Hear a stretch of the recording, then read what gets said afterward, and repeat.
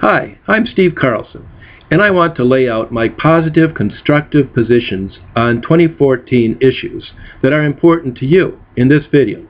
I am well able and bring experience and a track record to each position I take on the most critical issues of the 2014 congressional elections, in which I ask for your vote on August 12th, Independence Day in Minnesota, in the Independence Party primary. I'll list specific issue areas I'm going to cover in subsequent videos I will provide for you. But first, I have two specific leadership commitments to make to you today. If elected in this Independence Party primary, I will first take the money out of election politics, and second, make the U.S. Senate work to achieve my other goals. Now, some may say, this is naive. It's big talk. And I realize these are weighty objectives, and I don't underestimate them. But what I am saying to you today is that unless you, as the voters, solve them, these elections will remain a kind of circus merry-go-round, basically meaningless smoke and mirrors. I am also telling you it is possible, and I'll show you how. Most Americans believe that the problem in Washington, D.C. today is not gender, it is not race, and it is not party. Sure, a two-party system continuously and almost narcissistically at war with itself is a big problem, but it masks a larger problem: leadership. If each party had real leaders, and particularly if the U.S. Senate had real leaders, with real ability and goodwill toward all Americans, they would not be dominated by a greedy and superficial mass media. They would not be dominated by identity politics. They would not be stymied by an endless cycle of hyper-expensive media-driven elections, massive fundraising requirements, and dodging of accountability, actually refusing to solve issues because of how it might affect parts of their base in the next election. And I'm not talking about going back to some good old days when there was supposedly effective civil discourse in politics. I'm talking about making it happen today. And I can do that. Essentially, we've got to the point that these politicians are never really elected. They're just all temporary, until their constant fundraising yields to their next outright campaign season. Some have suggested term limits, as if it would solve this. I don't see it. Because again, the problem is not the amount of time a person is in office. It's about money in politics. It's about making the Senate work. And I'll tell you right now that I will not follow the rules of Harry Reid. And that's not just because I'm independent or that he might not continue on as the next Senate Majority Leader. It's because I will use the U.S. Senate office not just as part of the body itself, but as a bully pulpit.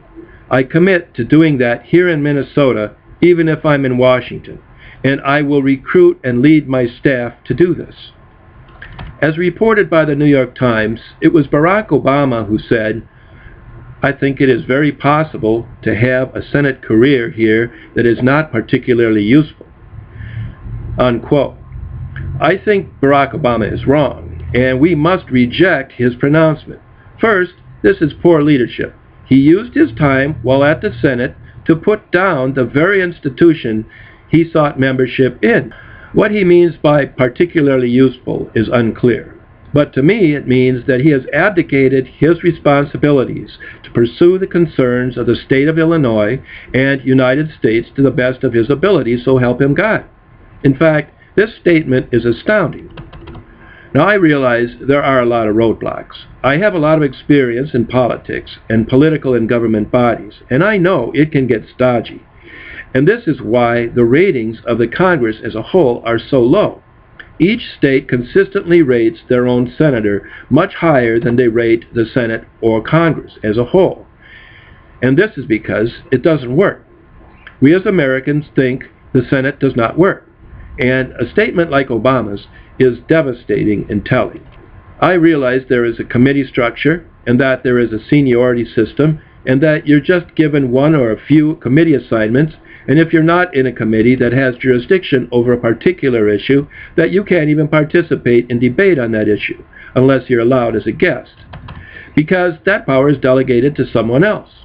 I also know that you can't even talk at all until the end of the meeting, when everyone with more seniority than you has finished. Of course, batting cleanup can be a valuable position if you paid attention and you can summarize and persuade after everyone else has spoken. I also know that the leaders, such as Harry Reid and his committees, can totally ignore or even block action out of your committee, even if you've succeeded in getting a committee decision made.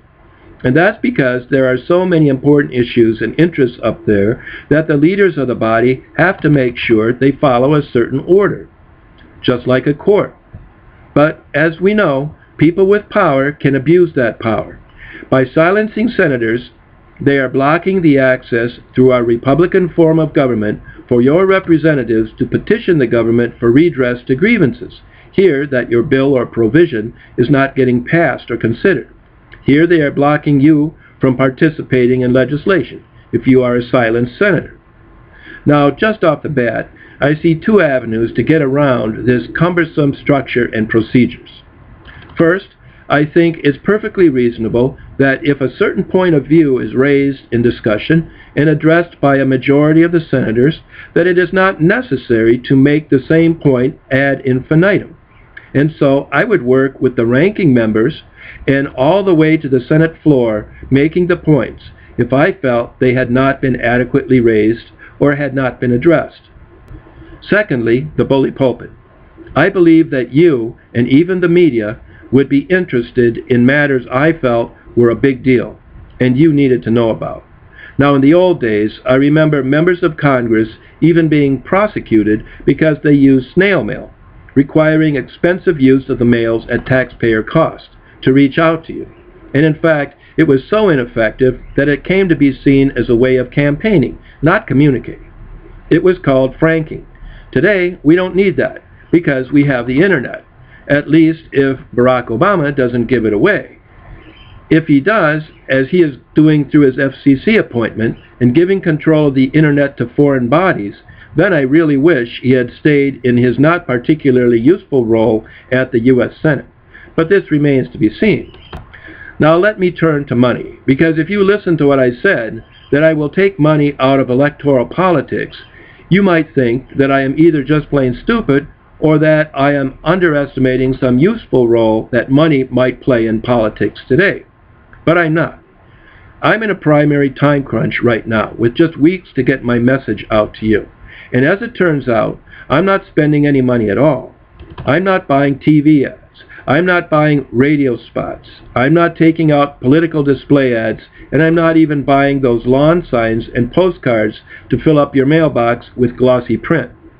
But if you are taking the time to watch this, I have reached you in a Twitter feed that you are affiliated with in a context where you regularly associate and even rely on for interesting information.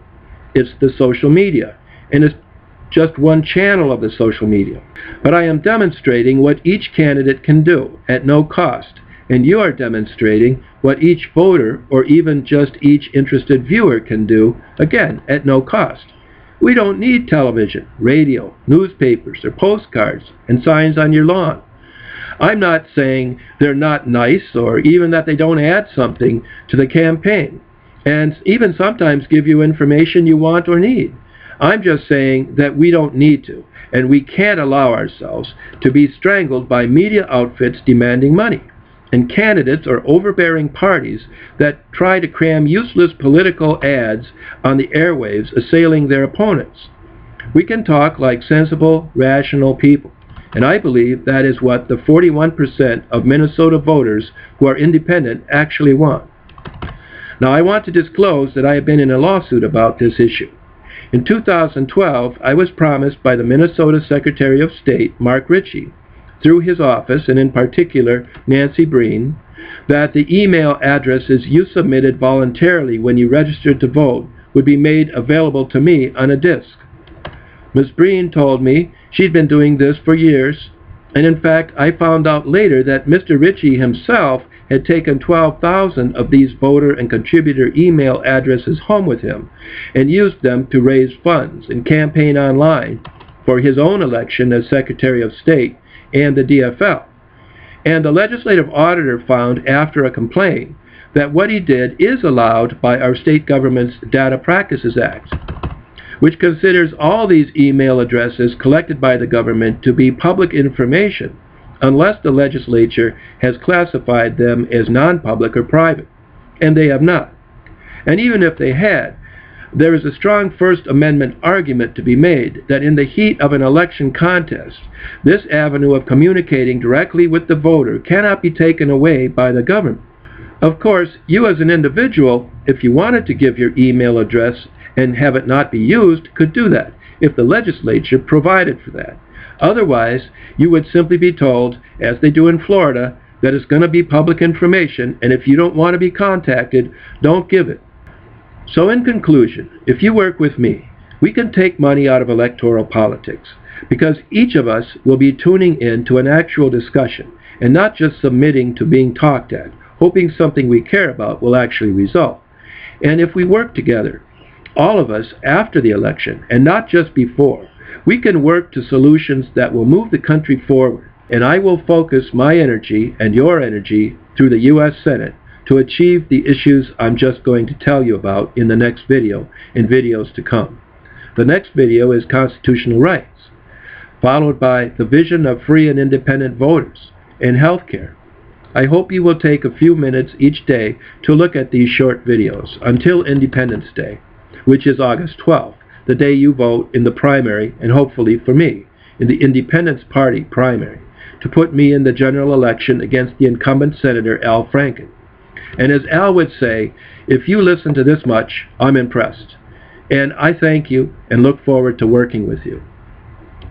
So I've begun to lay out my positive, constructive positions on 2014 issues that are important to you in this video.